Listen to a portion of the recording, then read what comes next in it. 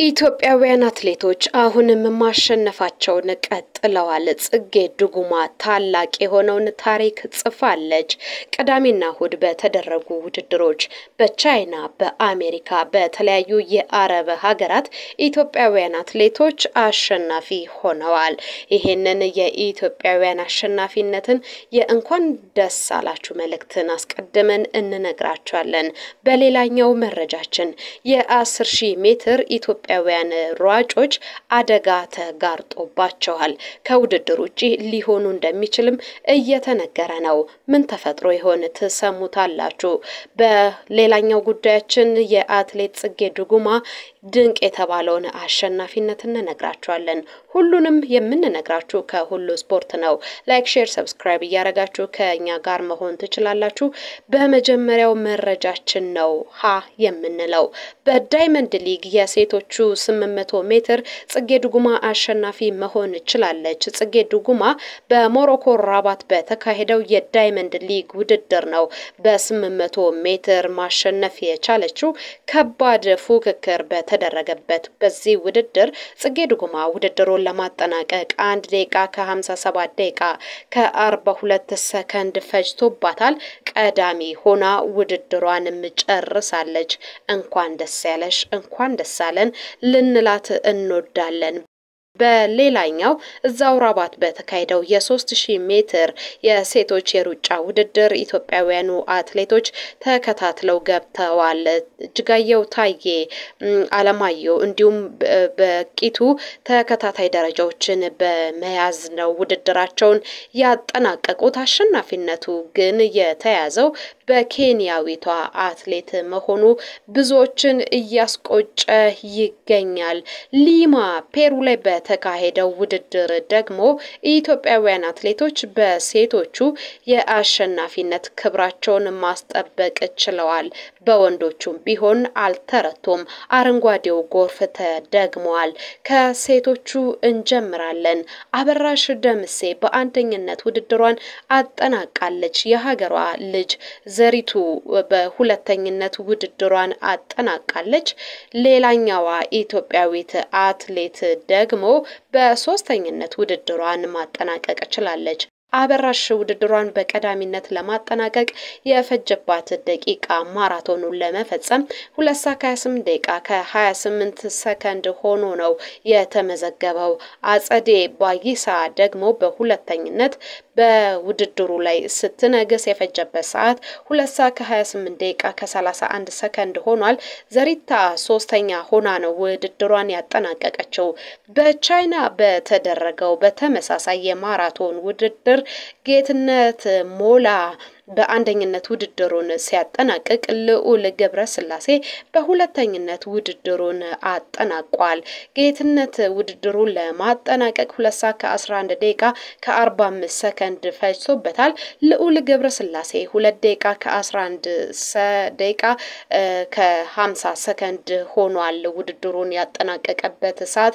ጫላ ደግሞ ውድድሩን በሶስተኝነት አጠናቋል። በዛው በቻይና በተካሄደው የሴቶቹ ውድድር ደግሞ ደጊቱ አዝመራው በአንደኝነት ውድድሯን አጠናቃለች። 2 ሰዓት ከ24 ደቂቃ ከ12 ሰከንድ የፈጀባት ሰዓት ሆኗል። ወገነሽ ሚልካሳ ደግሞ በሁለተኝነት ውድድሯን ማጠናቀቅ ችላለች። አማኔ ቢላላ ደግሞ በሶስተኝነት ነው ውድድሯን ያጠናቀቀችው። ጀግኖች አትሌቶቻችን በሮጡበት ርቀት ሁሉ በጀግንነት ውድድራቸውን ፈጽመዋል። ለኢትዮጵያውያን ኩራት ሆኗል። እንኳን ደስ ያላችሁ እንኳን ደስ አለን ልንል እንወዳለን። በዚህ ውድድር ባገኘነው ድል እኛ ኢትዮጵያውያን ኮርተናል፣ አኩርታችሁናል። እናንተም በዚህም ምክንያት እንኳን ደስ ያላችሁ ልንላቸው እንወዳለን። የድል ዜናዎቻችንን ቀጥናላል። ጽጌ ድጉማ ሞሮኮ ላይ አሸንፋለች ብለናል። ጽጌ በአሸናፊነቷ በተቀዳጀችው ክብር አሁን የመገናኛ ብዙሃንን ትኩረት ስባለች። በዚህም ምክንያት በፊታችን በሚደረገው የዓለም ሻምፒዮና ላይ እቺ አትሌት ድንቅ ብቃቷን ታሳያለች። የኦሎምፒክ ውድድር ላይ የተነጠቀችውን የወርቅ ሜዳሊያ ታስመልሳለች ተብሎ ቅድመ ግምት ተሰጥቷታል። በዚሁ በድል ዜናችን ሳንወጣ ሌላ ተስፋ የተጣለበት አንድ ኢትዮጵያዊ አትሌት ኃይሌ ጽጋቡ ደስታ ይባላል። በቻይና ቤጂንግ በተካሄደው የማራቶን ውድድር ተስፋ የተጣለበት አትሌት ስለመሆኑ አሳይቷል። ኃይሌ ጽጋቡ ደስታ ውድድሩን ለማጠናቀቅ 2 ሰዓት ከ16 ደቂቃ ከ02 ሰከንድ ብቻ ነው የፈጀበት። ይሄም ሲሆን ደግሞ የቦታው ጥሩ የሚባለው ሰዓት ሆኖ ተመዝግቧል። በሴቶቹም ቢሆን ኢትዮጵያዊቷ አትሌት የበላይነቱን ይዛ ውድድሯን አጠናቃለች። ያልጋነሽ በአንደኝነት ነው ውድድሯን የፈጸመችው። 2 ሰዓት ከ32 ደቂቃ ከ30 ሰከንድ የገባችበት ሰዓት ሆኖ ተመዝግቧል። የድል አሸናፊነታችን አሁንም እንደቀጠለ ነው። ሌላ በቻይና ቻንጁንግ በተካሄደው የማራቶን ውድድር ኢትዮጵያዊቷ አትሌት ነች ውድድሯን በሶስተኝነት መፈጸም የቻለችው። የኬንያ አትሌቶች ተከታታይ የሆነውን ደረጃ ይዘዋል። አለሚቱ ሆሪዮ በሶስተኝነት ውድድሯን አጠናቃለች። በወንዶቹ ደግሞ ሰቦቃ ንጉሴ ከኢትዮጵያ በአንደኝነት አጠናቋል። በሴቶቹ የተያዘብንን የበላይነት ከኬንያውያን አትሌቶች መረከብ ችሏል። ይሄም በቦታው ያገኘነው ድንቅ የተባለው የውድድር ጊዜን እንድናሳልፍ አድርጎናል። ጀግኖቹ አትሌቶቻችን በሮጡባቸው አደባባዮች ሁሉ አሸናፊ መሆን ችሏል። አሁንም በድጋሚ እንኳን ደስ ያላችሁ እንኳን ደስ አለን ልንል እንወዳለን። ደስታን ከምናገኝባቸው ውድድሮች መካከል የ10000 ሜትር ውድድር አንዱ ነው።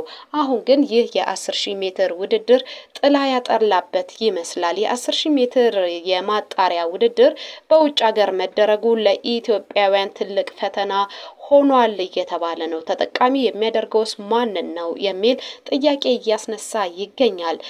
ይህ የተነሳው ደግሞ ለቶኪዮ የ2025 የዓለም አትሌቲክስ ሻምፒዮና ማጣሪያ ይደረግ አይደረግ በሚለው ዙሪያ ውዝግቦች መነሳታቸውን ተከትሎ ነው። ፌዴሬሽኑ የ10000 ሜትር ማጣሪያ ካደረገ 1 ዓመት አልሞላውም። ለፓሪስ ኦሎምፒክ ማጣሪያ በጁላይ 14 2024 በስፔን አድርጓል። በዛ ጊዜ ደግሞ ይህ ውድድር ከተደረገ 1 ዓመት አልሞላውም። ወርልድ አትሌቲክስ ያወጣው ህግ ደግሞ ከፌብሩዋሪ 2024 ወዲያ ስለሚል የፌዴሬሽኑ ሐሳብ አሁን ላይ ብዙዎችን እያወዛገበ ነው የሚገኘው። በ2024 በስፔን ማጣሪያ ሰዓት ያመጡ አትሌቶች ከዚህ ወዲህ የተሻለ ሮጠው የበለጣቸው እስከሌለ ድረስ የተሻለ የመሰለፍ እድል አላቸው እየተባለ ነው። እነዚህ አትሌቶች ውድድር ካደረጉ ልብ ማለት የሚገባው ነገር 11 ወራትን አልፏል። አሁን ላይ ያሉበት አቋም አይታወቅም። ማጣሪያ ቢደረግ ግን አሁን ላይ ካሉት የተሻለ የሚሮጥ ሊኖር ይችላል። በሌሎችም ሊተካ የሚችል መኖሩ ግድ ነው። ይሄንን ስናነሳ የጥላውን ኃይሌን ጉዳይ ማንሳት እንችላለን። ጥላውን ኃይሌ አሜሪካን ድረስ ሄዶ ብቃቱ ማሳየት ችሏል። ሳቱ ካላቸው ውስጥ ደግሞ አቅሟቸው የማይጠራጠር ሆኖ ተመዝግቧል። በስፔን ከአንደኛ እስከ 7ኛ የወጡ አትሌቶችን ሰዓት ያሟሉትን ብቻ በመለየት በሀገር ውስጥ ውድድር በማጣራት ወይንም በልምድ ወቅት ባላቸው ብቃት መለየትና ከአንደኛ እስከ 3ኛ ለሚመጡት ጥሩ እድል መስጠት አንደኛው አማራጭ ሆኗል ተቀምጧል። ፌዴሬሽኑ በየጊዜው ለአንድ ውድድር ብሎ ከፍተኛ ወጪ ማውጣት የለበትም የሚሉ አሉ። ከዚህ ባሻገር በ10000 ሜትር ርቀት ወደፊትም ቢሆን ርቀቱ እንደሌሎች ርቀቶች ሁሉ በግላቸው ወይንም በማናጀራቸው በኩል ውድድር አግኝተው ሰዓት አመጡ ካላመጡ ደግሞ ማጣሪያው እንደ ኬንያ በሀገር ውስጥ የሚደረግበት ሁኔታ ቢመቻች መልካም ነው የሚሉ አሉ። ሀገር ውስጥ ይሄ ውድድር አይካሄድም። ስለዚህ የአምናው ምርጥ ሰዓት የያዙ አትሌቶች ይካተቱበታል ነው የተባለው። ፌዴሬሽኑ በሚያደርገው የ10000 ሜትር ማጣሪያ ኢትዮጵያ ተጠቃሚ አይደለችም። ይሄ ግልጽ ነው። ተጠቃሚዎቹ የሚያዘጋጁት ማናጀሮች ወይንም ሌሎቹ ናቸው ተብሎ ነው የተዋቀበው ለኢትዮጵያ ቡድን የማጣሪያ ውድድር እየተደረገለት አይገኝም። ሁለተኛው ጉዳይ ደግሞ ኩባንያዎችና የተለያዩ ድርጅቶች ስፖንሰር ይጠይቃሉ። ይሄም ሌላው ጉዳይ ነው። የአውሮፕላን ቲኬት እንኳን የሚሸፍን የለም አትሌቶቹ ወደ ውጭ ሀገር ቢሄዱ ማለት ነው። ከዚህ ሁሉ ግን በሀገር ውስጥ የሚደረግ ውድድርን አዘጋጅቶ በሀገር ውስጥ ማጣሪያ አትሌቶች አልፈው የውድድር እድልን የሚያገኙበት አጋጣሚ ቢመቻችላቸው መልካም ነው እየተባለ ነው። ይህ ካልሆነ ግን ወደ ቶኪዮ ኢትዮጵያን ወክለው የ10000 ሜትር የሩጫ ውድድርን ለመሳተፍ የሚሄዱት ከ11 ወራት በፊት ሚኒማ ያሟሉ አትሌቶች ብቻ ይሆናሉ። ይህ ደግሞ ወቅታዊ አቋማቸው ምን ደረጃ ላይ እንደሚገኝ ማወቅ አይቻልም እየተባለ ነው። እናንተስ ምን ትላላችሁ? ሐሳባችሁን አጋሩን። አበቃን።